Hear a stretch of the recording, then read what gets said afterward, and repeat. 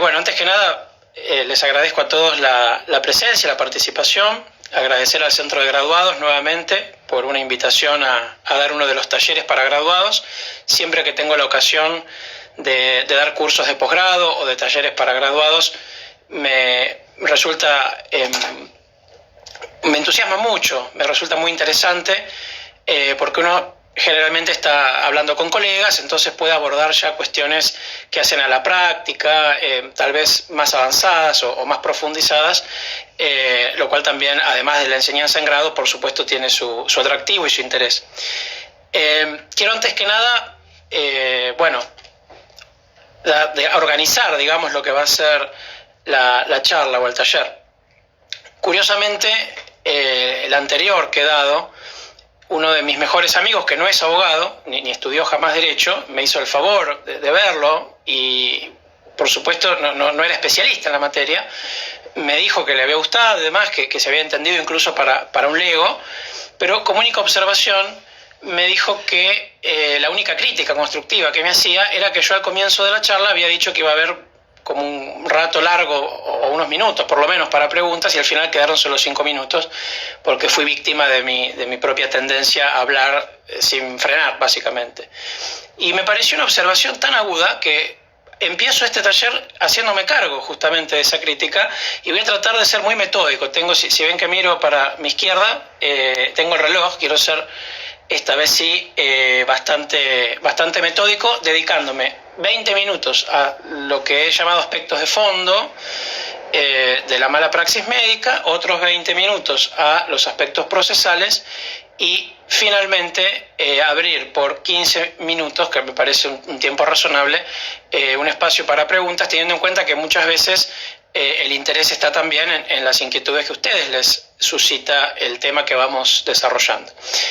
Con lo cual, bueno, hecha esta introducción y también esperando un par de minutos hasta que va saliendo el vivo como notificación y demás, vamos ya empezando propiamente con el tema que nos convoca hoy, que es la mala praxis médica, ¿verdad? Es un tema tan apasionante como complejo, como variado. La verdad es que la casuística de la mala praxis médica es muy abundante, es muy variada, y también lo son los aspectos que hacen al proceso de mala praxis médica. Uno podría, por ejemplo, detenerse en la legitimación activa. ¿Quiénes son los que pueden reclamar en distintos supuestos de una mala praxis donde fallece el paciente como consecuencia de una deficiente atención médica, donde sufre un daño físico, un daño psicológico, una enfermedad crónica, ¿sí? E ir analizando en función de eso quiénes son los legitimados activos. Podríamos pensar en la legitimación pasiva, desde luego es un aspecto trascendente. Los médicos, los residentes, los enfermeros, las obras sociales, las prepagas, las aseguradoras. Podríamos pensar en qué daños se reclaman, en la relación causal, en el factor de atribución.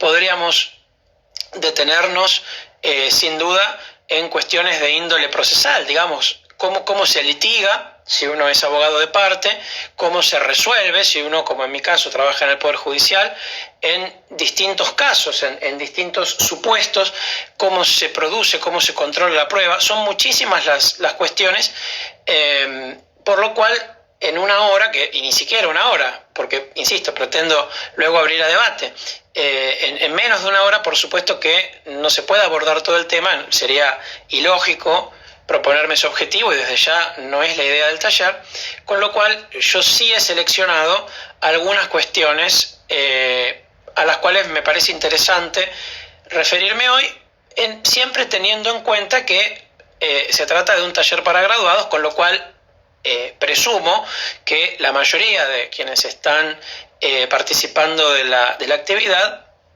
se han graduado, es decir, que ya trabajan como abogados o abogadas en alguna función o en algún lugar, digamos, desde el cual se ejerce la abogacía, y por una razón estadística tengo para mí que la mayoría son además abogados o abogadas litigantes, con lo cual, si bien yo nunca he litigado, la verdad, en mi carrera no me he dedicado al litigio, desde ya que, bueno, veo cómo litigan los abogados, vengo de familia de abogados, quiero decir, oriento tal vez desde mi visión de académico o de judicial, oriento desde luego la charla a la actividad de quienes litigan, en este caso suponiendo que lo hacen en mala praxis médica, que es lógico suponerlo por otro lado en función de que es el tema del taller. Pues bien, entonces, hecha ya así, digamos, la introducción, me quisiera, como el tiempo es tirano, teniendo solo una hora, voy de lleno a las cuestiones que hacen en sí al abordaje del tema. Voy a empezar con los aspectos sustanciales o de fondo. Por supuesto, todos sabemos que la responsabilidad civil en la tradicional faceta resarcitoria o indemnizatoria tiene para la doctrina casi unánime 4 elementos o requisitos que deben reunirse para que esté configurada justamente esa obligación de indemnizar: la antijuridicidad, la relación causal, el factor de atribución y el elemento protagonista, desde luego, el daño, ¿sí? En la mala praxis médica, como ocurre en la gran mayoría, les diría, de los procesos de daños y perjuicios, la antijuridicidad no suele ser un elemento en derredor del cual se giran la mayoría de las discusiones. Esto es así porque, aún a pesar del 1066 del Código Civil, que en una interpretación literal o estricta parecía dar cuenta de una antijuridicidad típica o formal, la doctrina y la jurisprudencia modernas, con un criterio absolutamente plausible, han tendido a relativizar la letra de ese precepto y han considerado que la acción que causa un daño se presume antijurídica en tanto no esté justificada, lo cual por otro lado es completamente razonable. Y en este sentido el nuevo código, digo nuevo porque es más nuevo que el de Vélez, pero bueno, ya van 5 años de vigencia y pronto será cada vez más el código a secas. Bueno, el nuevo código, permítanme llamarlo así, ha tomado claramente esa postura al justamente presumir la antijuridicidad de toda acción dañosa. Y la verdad es que esto, en la gran mayoría de los fallos, no es una cuestión, no es una cuestión que se debata demasiado, ¿sí? ¿Puede ocurrir que sí? Sí, puede ocurrir que sí.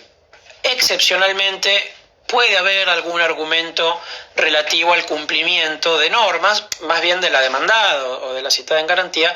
Se suele, en algunos casos específicos, más bien en actividades puntuales, alegar el cumplimiento de cómo se ha reglamentado una actividad a fin de exonerarse de responsabilidad. Pero, insisto, esto no es predicable en la mayoría de los juicios, y aun cuando sí lo fuera, la realidad es que hay cierta tendencia a dar por hecha, si se quiere, la antijuridicidad, más bien cuando no hay estado de necesidad o legítima defensa o consentimiento informado. Desde luego es un tema importante, pero lo que es falta de antijuridicidad por cumplimiento de las normas que rigen una actividad específica es un argumento bastante poco admitido, con lo cual me parece que no es tal vez lo más interesante para charlar. Por supuesto que puede serlo en un curso más profundizado, pero no suelen girar en torno a la antijuridicidad la suerte de los reclamos por daños y perjuicios en mala praxis médica. En cuanto al daño, bueno, desde luego que el daño sí debe existir, esto es absolutamente indudable. No hay responsabilidad civil sin daño. Sí la hay sin culpa, pero no la hay sin daño. A diferencia de lo que ocurre en derecho penal, por ejemplo, donde existen delitos en grado de tentativa, bueno, en el derecho de daños no existen resarcimientos en grado de tentativa. Se repara el daño, todo el daño y nada más que el daño, pero cuando ese daño exista. De hecho, bueno, uno de los requisitos del daño resarcible es la certidumbre. Debe ser cierto y no una mera hipótesis o una conjetura en la imaginación del reclamante. Con lo cual, el daño, ninguna duda cabe de que debe estar presente en cualquier reclamo de daños y perjuicios. Y en materia de mala praxis médica, generalmente La cuestión no pasa tanto por la existencia del daño, porque generalmente el que reclama es un paciente que ya lo ha sufrido. Entonces, si se trata lamentablemente de un resultado fatal, bueno, se tiene a la persona fallecida. Si se trata de una mala praxis que ha provocado la pérdida de un órgano, la pérdida de la posibilidad de procrear, la pérdida de un miembro, la pérdida de un sentido, etc., normalmente ese resultado dañoso ya existe al momento del reclamo, con lo cual la existencia del daño no suele ser tanto el punto a discutir como la relación causal, es decir, a qué conducta o a qué corresponde atribuir ese daño como consecuencia jurídica. Eso, por supuesto, no quiere decir que no debamos detenernos en el daño. Desde ya que sí se trata de una cuestión muy relevante poder saber cuáles daños son los que han de reclamarse. Bueno, en este sentido, desde ya el fallecimiento de la víctima, el fallecimiento del paciente, supone de por sí el reclamo del valor vida, el así llamado valor vida, que se asocia a la capacidad productiva, económicamente hablando, de una persona. Sobre valor vida hay dos posturas, ustedes pueden encontrar las dos. O de hecho yo tengo fallos de esto, los puedo enviar sin problemas. Pueden encontrar dos posturas, ambas con recepción doctrinaria y jurisprudencial. De hecho, algunas coexisten en las mismas salas de las cámaras que resuelven o en integrantes, magistrados, digamos, de tribunales colegiados, en disidencias parciales, esto es muy común encontrarlo, donde algunos jueces y doctrinarios en los libros entienden que la vida tiene un valor económico por sí misma, mientras que otros, yo participo de esta segunda posición, entendemos que no toda vida tiene un valor económico por sí misma. Por supuesto, sí creo, y todos lo aceptamos, que la vida humana tiene un valor espiritual, un valor moral, un valor ético, intrínseco, humano por sí misma, pero no un valor económico. Una persona que tiene 100 años de edad y está jubilada y no produce ni bienes, ni servicios, ni siquiera realiza trabajo doméstico, evidentemente, por su edad, no tiene más nada que hacer que estar tranquila en su casa, no tiene un valor económico esa vida por sí misma, como si la tiene el de un futbolista que gana millones por año, o un profesional, o un obrero, o cualquier persona que trabaja o que produce. Lo que sí tienen todas las vidas humanas por igual es un valor, insisto, de tipo extrapatrimonial. Pero bueno, esto por supuesto, quien haga parte actora dirá que la vida humana tiene un valor por sí misma en todos los casos, quien haga parte demandada dirá que no, y el juez que resuelva aplicará su criterio desde ya. Pero me parece interesante remarcar esta diversidad de posturas. Se suele pedir también la pérdida de chance de ayuda futura. Normalmente es razonable suponer que las personas cuando llegan a su mayor edad son asistidas económicamente por sus hijos en principio, o por sus descendientes, que normalmente contribuyen económicamente al sostén de las personas mayores, al contrario que ocurre al comienzo de la vida, donde los niños son mantenidos por sus padres. Normalmente los padres mantienen a los abuelos o colaboran con su manutención, e indudablemente ese es también un rubro indemnizatorio que se ha de otorgar en este tipo de juicios. Desde ya los gastos de sepelio o gastos funerarios y obviamente el daño extrapatrimonial que reclamarán si ha sido consecuencia el fallecimiento del acto ilícito, de la mala praxis médica, los legitimados activos como damnificados indirectos mencionados en el 1741, es decir, los ascendientes, descendientes, cónyuges y quien conviviera con la víctima, manteniendo con aquello un trato familiar ostensible. Todos ellos, no se excluyen unos a otros, todos ellos pueden reclamar. Por supuesto, el juez graduará, ¿no?, desde luego, perder a un padre o a una madre, desde ya que será merecedor en un juicio de daño moral, pero seguramente será un monto menor que el de un padre que ha perdido un hijo. puesto que lo primero es algo propio del orden natural de la vida, lo segundo no. Pues bien, en casos de fallecimiento, entonces, normalmente se reclaman esos rubros y se admiten si están suficientemente probados o cuando son presumidos por la ley, como también ocurre en el caso de algunas partidas. En cuanto a los supuestos que no producen el fallecimiento de la víctima, desde luego que ésta puede reclamar a nombre propio, porque no ha fallecido, por ende sigue siendo persona y sigue siendo titular de derechos y obligaciones, entre ellas el derecho a ser indemnizada, y en caso de gran incapacidad podrán también reclamar los damnificados indirectos que mencioné hace un minuto. En este caso, desde ya, habrá que tener en cuenta el daño físico que hubiera sufrido la víctima, el daño psicológico que hubiera sufrido la víctima y en su caso también sus familiares, cuando a raíz del hecho sufren un daño psicológico en su propia psique, ¿sí? El daño estético, al cual algunos autores les reconocen autonomía y otros no, pero aun cuando no se le reconozca autonomía, la existencia de un daño estético suele ser ponderado a la hora de regular el daño moral, con lo cual es también necesario hacerse cargo de ese rubro y, bueno, en todo caso, también los gastos que insuma la curación. Normalmente, en los casos de mala praxis, uno advierte que, por ejemplo, si una persona, digamos, ha perdido la movilidad en su columna, puede que requiera tratamiento kinésico. Un caso en el que me ha tocado intervenir, si una persona contrae HIV porque se le ha transfundido sangre contaminada, es razonable suponer que deba afrontar un tratamiento psicológico para, digamos, lidiar con esa condición por el resto de su vida, y así los gastos en razonable relación de causalidad. Saben ustedes que el estándar probatorio es más relajado cuando se trata justamente de este tipo de gastos, ¿sí?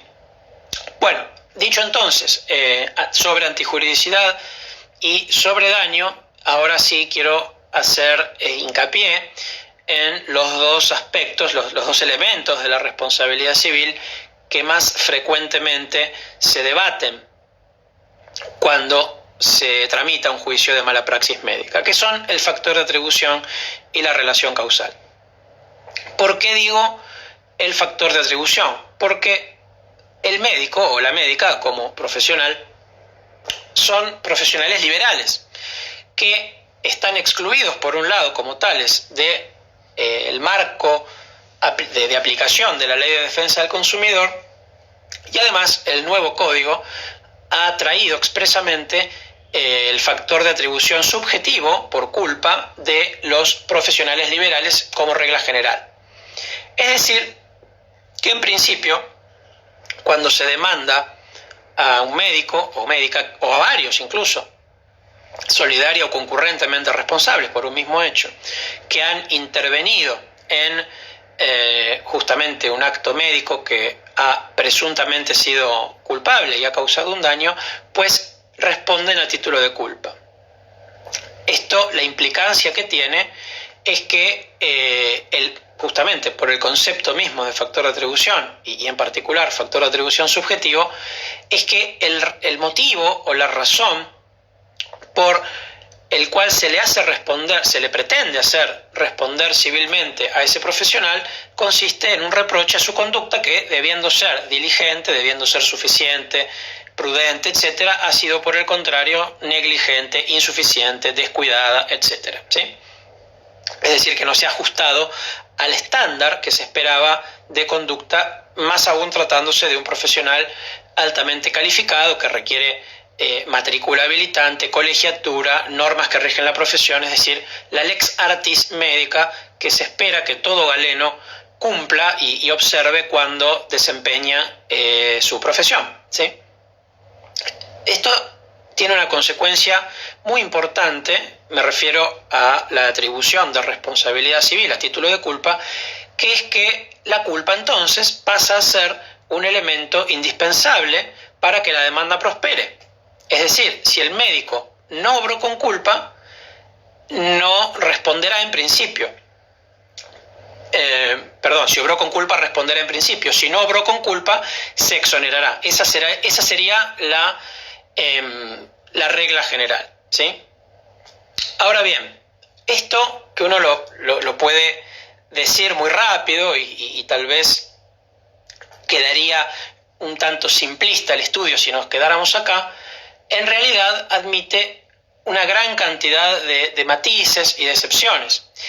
¿Por qué? Por un lado, porque es bien sabido que frecuentemente quien está en mejor posición de demostrar la falta o existencia de culpa es el propio demandado, el propio médico. Entonces acá es de aplicación la llamada y conocida por todos teoría de las cargas dinámicas de la prueba.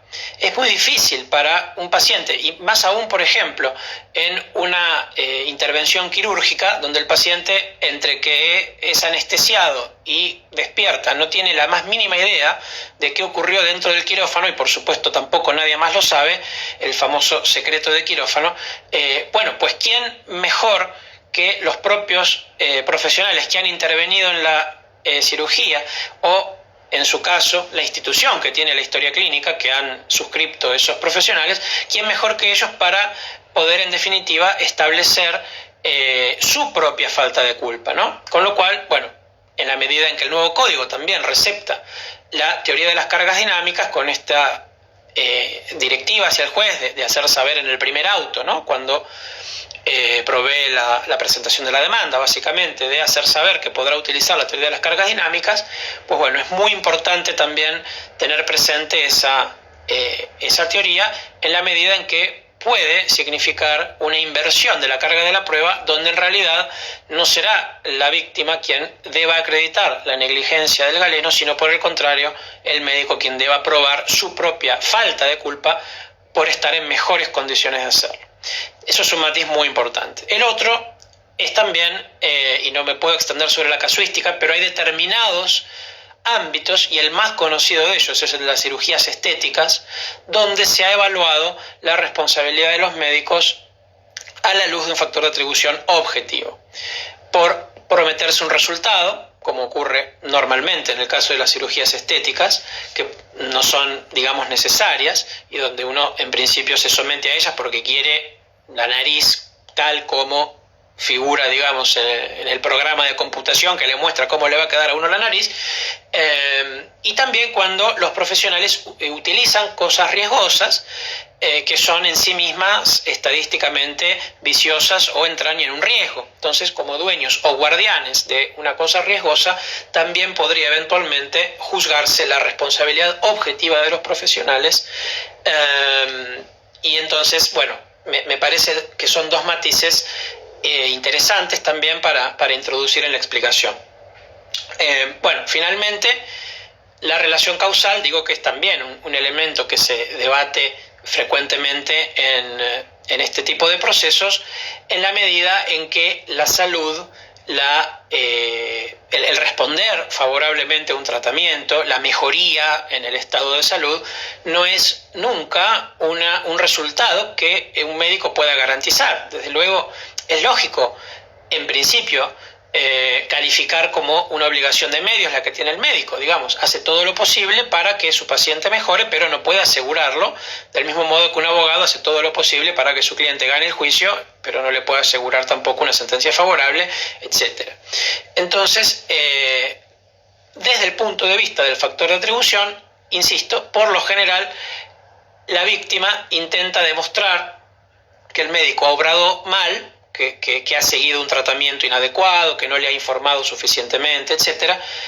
Y el médico intentará demostrar que de su parte hizo todo conforme a la lex artis, mientras que en materia de relación causal, normalmente la defensa del demandado pasa por imputar el fallecimiento, la desmejoría, la pérdida de la funcionalidad física, etc., a un hecho fortuito, un caso fortuito o de fuerza mayor, o a un hecho de la propia víctima, pero en ningún caso a la mala praxis médica. Y cuando uno dice mala praxis médica, en realidad está hablando ya de un acto culpable. Lo que quiero decir es que en los talleres y en los libros y en las clases uno hace una distinción muy clara, en principio, ¿no?, entre factor de atribución y relación causal. En los juicios de mala praxis médica se da la relación entre esos dos elementos de un modo muy cercano, muy estrecho.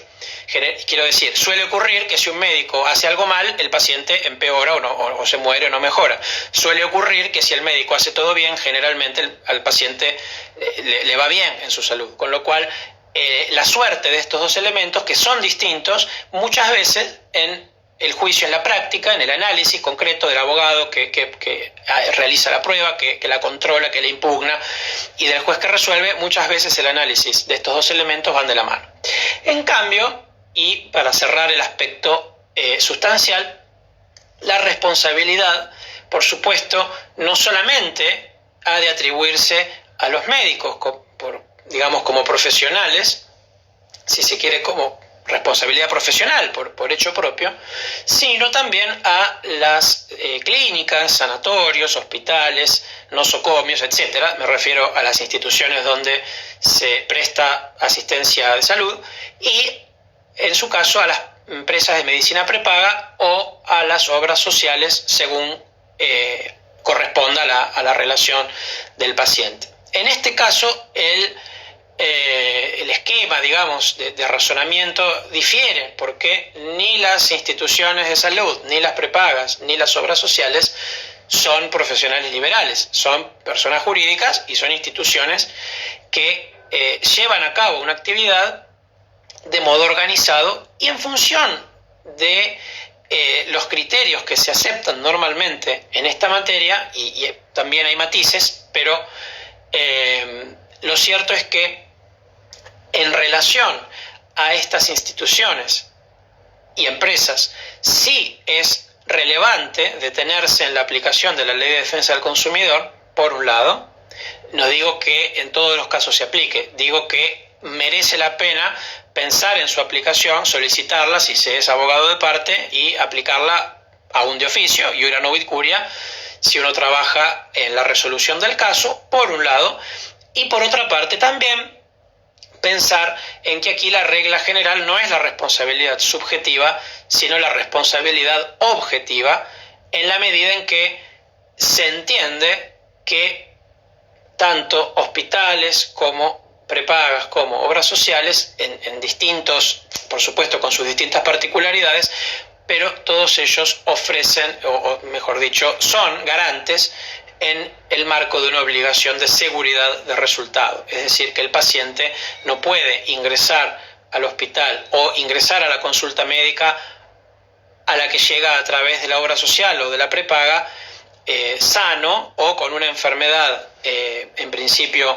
que puede ser curada con una atención correcta y diligente y terminar peor de lo que estaba, habiendo fallecido o no habiendo mejorado porque el acto médico ha sido negligente y ha sido dañoso, ¿sí? Se entiende que pesa entonces sobre estas instituciones, en principio, una obligación de seguridad de resultado que compromete la responsabilidad objetiva y por ende ninguna relevancia tiene para su exoneración que acrediten que de su parte no hubo culpa, ¿sí? Algo más que quiero decir y no olvidarme. No suele ser una buena idea fundar la responsabilidad de las instituciones en la figura del principal respecto del dependiente. Desde ya no es el criterio de la jurisprudencia dominante y no suele ser demasiado provechoso fundar. Por supuesto, el juez luego puede tomar las normas que desee, que estime correspondientes, pero bueno, siempre es preferible solicitar en los escritos donde se pide al tribunal, en los fundamentos más precisos posibles.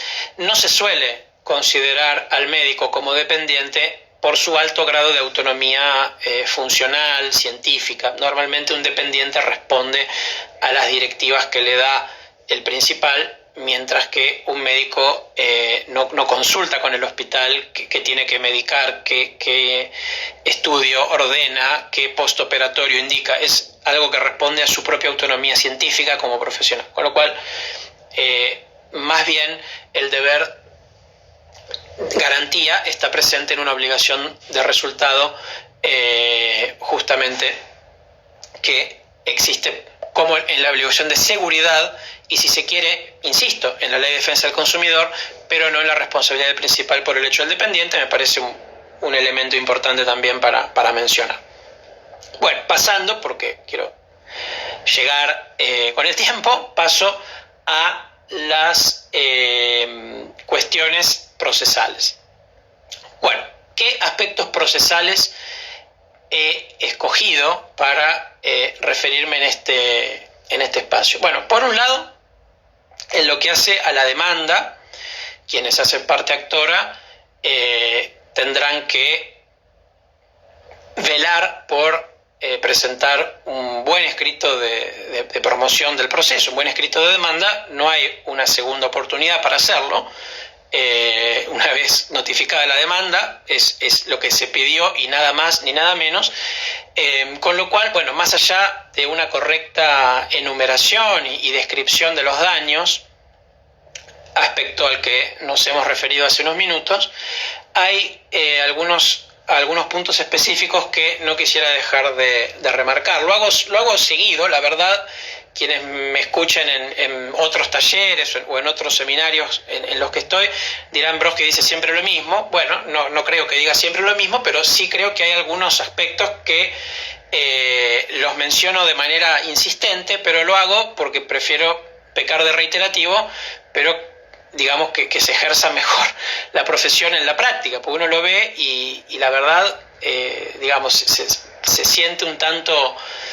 En fin, no olviden, cuando presentan una demanda, si son abogados de parte actora, por un lado, reclamar los intereses. Evidentemente, lo que se va a pedir en la demanda no es la salud que se perdió. Ningún juez puede condenar a nadie a devolver salud, o a devolver la vida, o a devolver la integridad o el bienestar espiritual. Las demandas son sobre dinero, con lo cual se va a pedir una suma de dinero y el abogado va a trabajar también por una suma de dinero. Pues bien, no deben olvidarse pedir los intereses. Uno dirá: qué obviedad. Bueno, hay demandas donde se olvida el actor de pedir los intereses. Son dos palabras, ¿no? Más intereses o con intereses. Y luego depende ya del criterio del juez, si entiende o no que está comprendida implícitamente la pretensión por intereses al solicitar el capital. Bueno, pero ¿para qué depender del criterio de un juez si cuesta dos palabras, ¿no? Entonces, me parece un aspecto interesante de mencionar. Tal vez nadie lo dice en otras materias o en otros espacios. A mí me parece interesante decirlo. Lo mismo ocurre con esa fórmula. Está bien, ya no son dos palabras, pero son dos renglones, tampoco es tanto. Y o lo que más o menos resulte de la prueba producirse, o alguna fórmula similar que en principio le facilita al juez flexibilizar el principio de congruencia en aquellos supuestos donde, en nuestro país no es ajeno a esta realidad, donde el signo monetario pierde valor real. Entonces uno puede encontrar una sentencia donde se otorgan, no sé, 20.000 pesos por daño moral. Entonces uno puede pensar, en principio, pero qué miserable el juez, ¿por qué dio 20.000 pesos? Y resulta que se pidieron 20.000 pesos en la demanda, que es del año 2007, por ejemplo, donde 20.000 pesos compraban muchas más cosas que ahora. Pero como no se puso o más o en menos, o no se puso más dinero, sencillamente, el juez da eso. Entonces, insisto, o sea, son dos líneas que pueden hacer una diferencia enorme. Entonces, bueno, siempre lo digo en los talleres que doy sobre daños. Cuando hablo de daños, generalmente me refiero a este aspecto. Una cuestión interesante también respecto de los intereses. Por supuesto que en el fuero civil y también en el fuero comercial, la tasa activa de interés es la que normalmente persigue que se aplique el actor. No digo que tampoco sea una tasa demasiado elevada, pero bueno, desde ya es una tasa razonable, y es mucho más alta que una tasa pura del 4, del 6, del 8%. Una tasa activa puede estar en más o menos entre un 24 y un 30% anual, dependiendo del momento. Con lo cual, bueno, dos aspectos importantes o destacables sobre intereses. Por un lado, es muy interesante, yo todavía no lo he visto en los expedientes, pero no creo que pase mucho tiempo hasta que algún abogado lo empiece a plantear, que es el tema del anatocismo. El nuevo código permite en determinadas oportunidades concretas capitalizar intereses. Es posible que no prospere, porque siempre ha sido muy reacia la doctrina y la jurisprudencia a ordenar intereses de los intereses, pero no deja de ser algo que se puede plantear, y algo que sí se está dando. Yo lo he visto ya en algunas sentencias de primera instancia.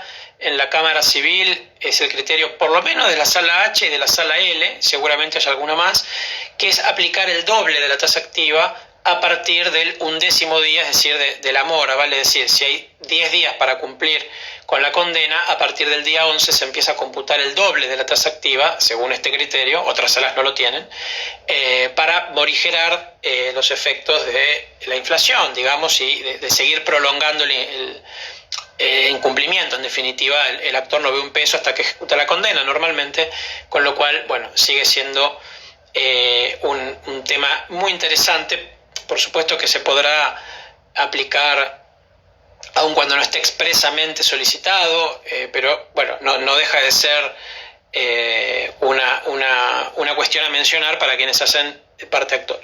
Quienes hacen parte demandada, bueno, en este sentido, parte actora, algo que no he dicho desde ya, escapa, digamos, a la cuestión monetaria o a la cuestión de los rubros, pero lo que hace a la prueba, desde ya la prueba protagonista y generalmente definitoria en este tipo de juicios es la prueba pericial médica. Obviamente que el médico demandado dirá por qué hizo todo bien, con complicados y rebuscados términos propios de la especialidad. Seguramente un consultor técnico de la actora podrá decir por qué se hizo todo mal, pero el juez no sabe medicina y lo más probable es que se atenga a las conclusiones del perito médico designado de oficio, que se supone imparcial y a la vez dotado de conocimientos científicos, con lo cual la prueba pericial médica es de trascendental importancia, y al ofrecer esa prueba en la demanda debe hacérselo con toda precisión. Siempre deben estar los aspectos que deben ser probados específicamente incluidos como puntos de pericia, ¿sí? Bien, para el demandado, desde ya tendrá que su defensa pasará por una buena contestación de demanda, lo que implica una narración de los hechos lo más precisa posible. Tengan en cuenta que el demandado no está habilitado a mentir, no por el hecho de ser demandado y no estar obligado a declarar en su contra. Eso no quiere decir que pueda dar una versión de los hechos absolutamente antojadiza y faltar a la verdad impunemente. De hecho, bueno, lejos de ello, hay multas procesales, porque esto está reñido con la buena fe procesal, con lo cual una buena defensa, una buena contestación de demanda, normalmente irá destinada a la prueba de la falta de culpa del médico y a la falta de relación causal entre el acto médico supuestamente dañoso y el daño padecido por la víctima. Otra cosa también, otro aspecto también relevante, y tiene que ver con la actividad de los seguros. Es muy frecuente que los médicos estén asegurados, la mayoría de los médicos están asegurados, y entonces actúan como citadas en garantía las empresas aseguradoras justamente de hechos dañosos por mala praxis médica. Y acá un aspecto que es relevante también para mencionar tiene que ver con la oponibilidad a la víctima o a los reclamantes de los términos en los que se hubiera pactado, por ejemplo, una franquicia, por ejemplo, un límite de cobertura, ¿sí? Cuestiones que son de práctica cotidiana en juicios también de accidentes de tránsito, entre otros. Sobre este punto, me parece que lo más importante tiene que ver con el carácter voluntario que tiene el seguro para el ejercicio de la medicina. Hay jurisprudencia muy conocida, jurisprudencia de Cámara, de hecho el plenario Barrio, y jurisprudencia de Corte en sentido contrario, de hecho el fallo Barrio de Corte, ya antiguo, y recientemente el fallo Flores con Jiménez, el fallo Evangelista, donde incluso la actual integración, la Corte Suprema ha reiterado la oponibilidad al actor o a la víctima de los de los términos en los que se hubiera contratado en la póliza ese seguro, en seguros obligatorios. Ahora, lo cierto es que muchos jueces de primera instancia y salas de la Cámara Civil, yo hablo de civil donde tienen su natural trámite este tipo de juicios, seguían por la doctrina de la Cámara Civil en el plenario Barrio, que muchos consideramos más justa, pero bueno, no es la interpretación final de la Corte Suprema. Al respecto, el punto que yo quiero destacar es que esta doctrina no se aplica en mala praxis médica. No citen en sus escritos, en sus proyectos de sentencias, en sus dictámenes, donde sea que trabajen, no citen la doctrina de Obarrio para la mala praxis médica, porque Obarrio, Flores, insisto, se trata de seguros obligatorios. Uno no puede salir con un automóvil a circular sin un seguro. Uno no puede ser el titular de un establecimiento educativo sin un seguro, etc. Bueno, los seguros obligatorios justamente son obligatorios porque el legislador ha querido que en esa materia, sí o sí, quien ejerce una actividad o realiza una actividad esté asegurado con una función social, como suele ocurrir que haya siniestros en la vía pública, siniestros viales. El legislador quiere que cuando un peatón o a un automovilista lo atropellan o lo chocan, tenga alguien solvente a quien reclamarle, ¿sí? Es una decisión de política legislativa, sin duda, y es una decisión sobre la que se puede estar de acuerdo o no. En el derecho comparado se organiza de distinta manera, pero la ratio legis tiene que ver con la obligatoriedad del seguro. En cambio, la actividad médica no requiere necesariamente un seguro, ¿sí? El contratar un seguro o no depende de la aversión al riesgo que tenga o no el médico. Si quiere, responde con todo su patrimonio, y si quiere, paga una póliza o un premio, esperando que nunca tenga un juicio y nunca dañe a ningún paciente. Ojalá todos los que tenemos seguros preferimos no usarlos, pero si ocurre, bueno, para eso está el seguro. Entonces, en esta materia, no quiero decir tampoco que la suerte esté sellada, para nada, depende también depende de las vicisitudes procesales y depende del criterio de los jueces, pero un buen argumento de la citada en garantía suele ser la oponibilidad. Mire, yo recién empiezo a responder por encima de esta franquicia y hasta este límite de cobertura. ¿Por qué? Porque lo dice la póliza. Y frente al argumento de esa póliza no me es oponible, la respuesta puede ser sí lo es, porque es un seguro voluntario. Esto me parece un tema de gran interés para quienes se dedican a este tipo de juicios. Finalmente, mencionar en cuanto a la prueba, y abro ya los comentarios, en cuanto se refiere a la prueba, insisto, las pruebas de mayor relevancia suelen ser sin dudas la prueba pericial médica. Normalmente puede ser un médico, digamos, clínico, o un médico legista, pero generalmente en este tipo de procesos se suele desinsacular a un perito especialista en la materia, ¿no es cierto? Si se trata, no sé, de una mujer que sufrió un daño en un parto, bueno, será un médico obstetra. Si se trata de una presión arterial que fue mal tomada o mal controlada, bueno, un perito médico, cardiólogo, y así sucesivamente.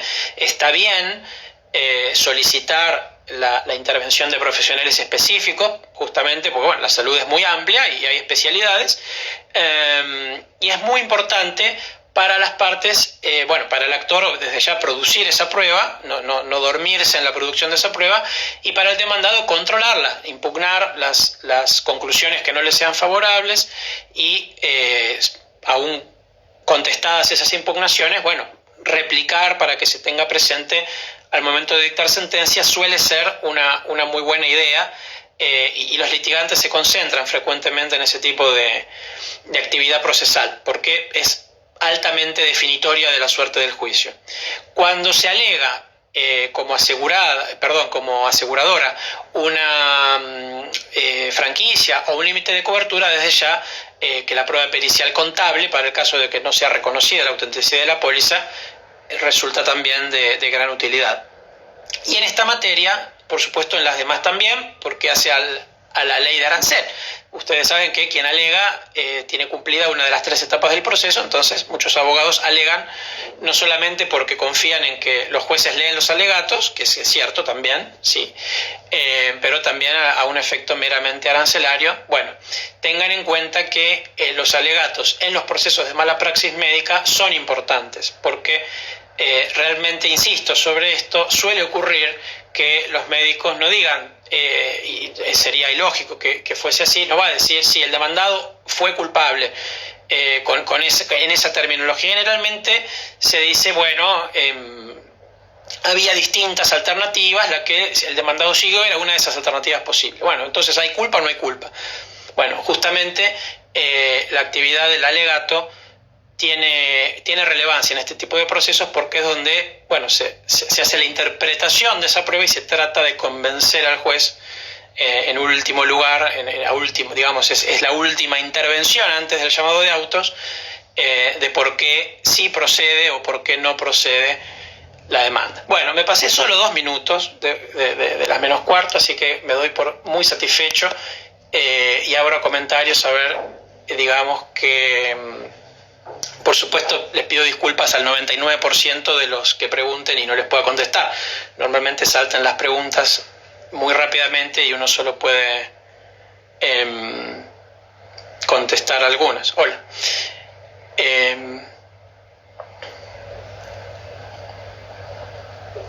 Entre los demandados o legitimados pasivos hay un hospital militar que actúa como un prestador más, entre otros, de una obra social. Bueno, no llegué a leer la consulta. De todos modos, bueno, no puedo contestar tampoco, no puedo asesorar en un caso concreto. Pero sí puedo contestar preguntas en general. Bueno, no, gracias a ustedes. Muchas gracias a ustedes por... Buena pregunta. Cuando se ofrece la pericial médica, en realidad... Bueno, tengo 2, son muchas.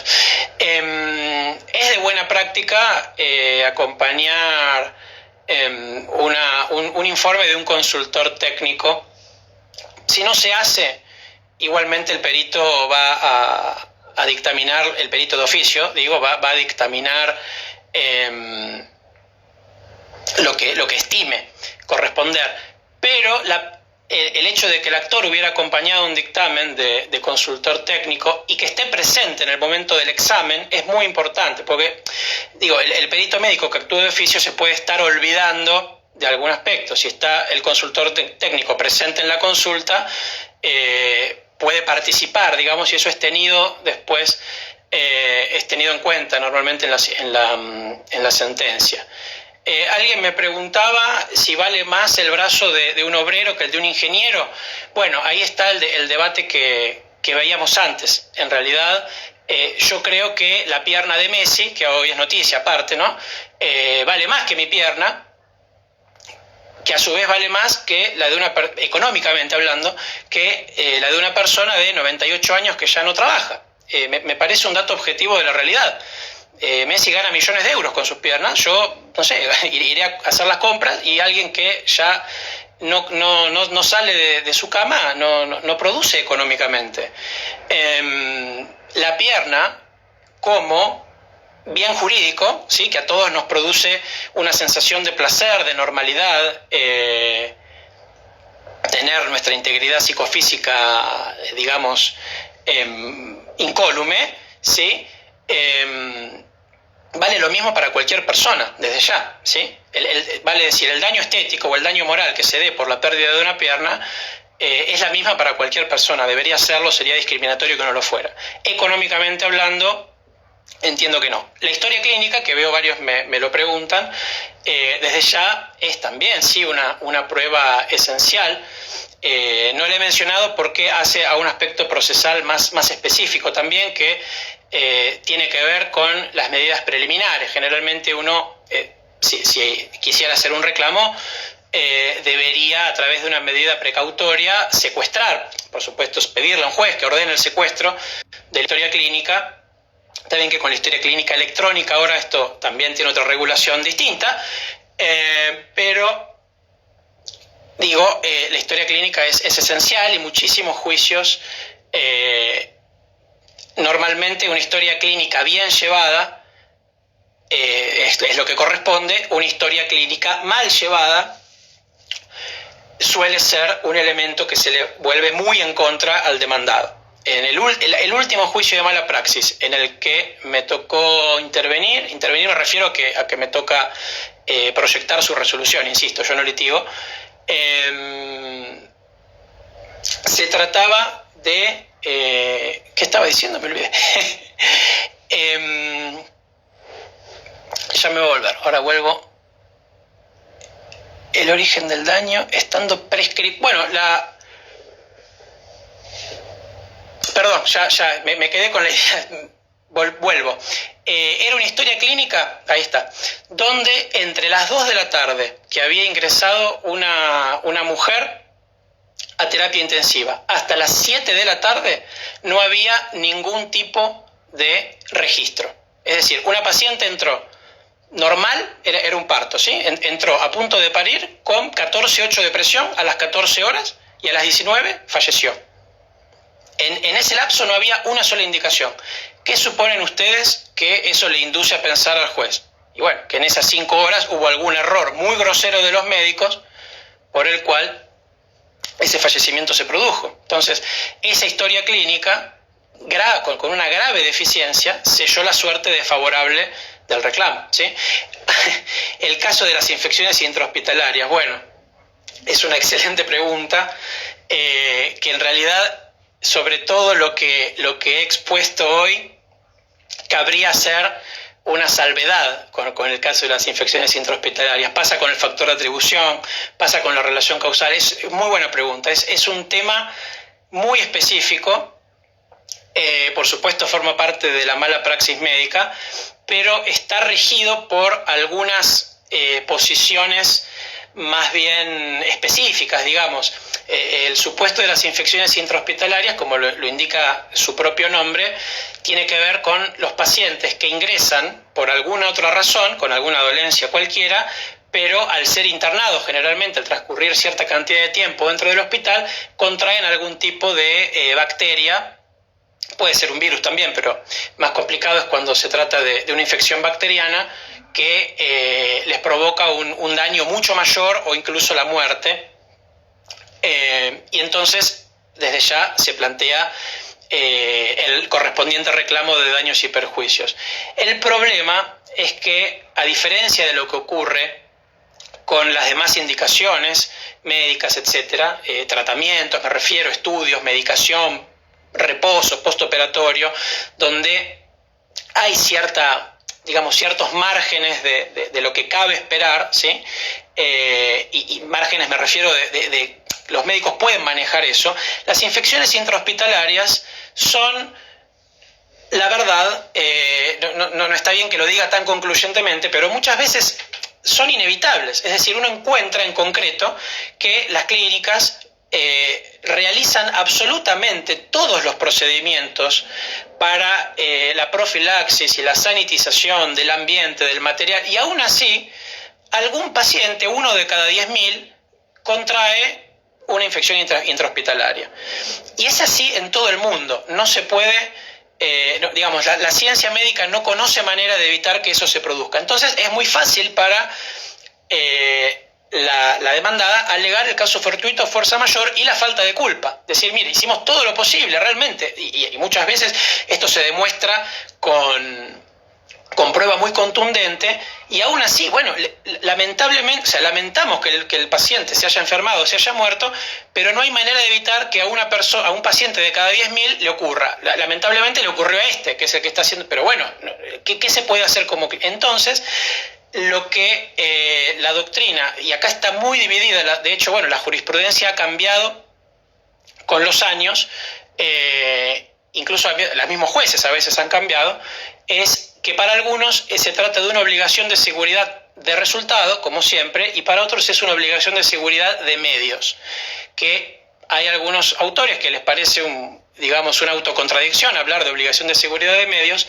pero la verdad es que en esto la doctrina y la jurisprudencia son debates muy ríspidos, muy interesantes, es un tema que a mí en lo personal me apasiona, pero bueno, no puedo, digamos, no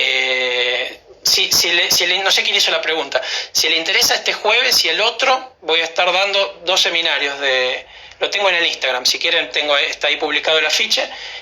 Ahí sí voy a hablar de 4 horas, 2 horas y 2 horas de mala praxis médica. Bueno, ahí sí voy a referirme a las infecciones intrahospitalarias y a muchos otros supuestos específicos también, pero bueno, he recortado temáticamente lo más que pude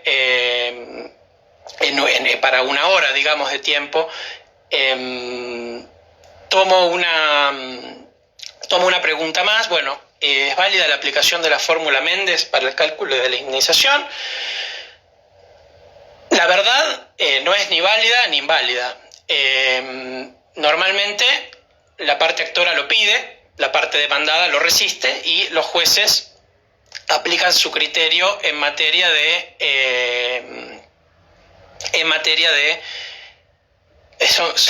son muchas preguntas. Yo tengo un Instagram público que es jm.broski. Ahí publico, digamos, las charlas que doy, los artículos que publico, etcétera, para que, bueno. Con lo cual, depende mucho del criterio de los jueces. Hoy por hoy, la gran mayoría de los jueces en lo civil no están aplicando fórmulas matemáticas, y si dicen que las aplican, tampoco es que las aplican reemplazando las variables, digamos, por por la edad de la víctima o por sus ingresos, etcétera. Yo acá les dejo el Instagram si quieren, más que nada para no quitar tiempo de preguntas, no por hacerme publicidad.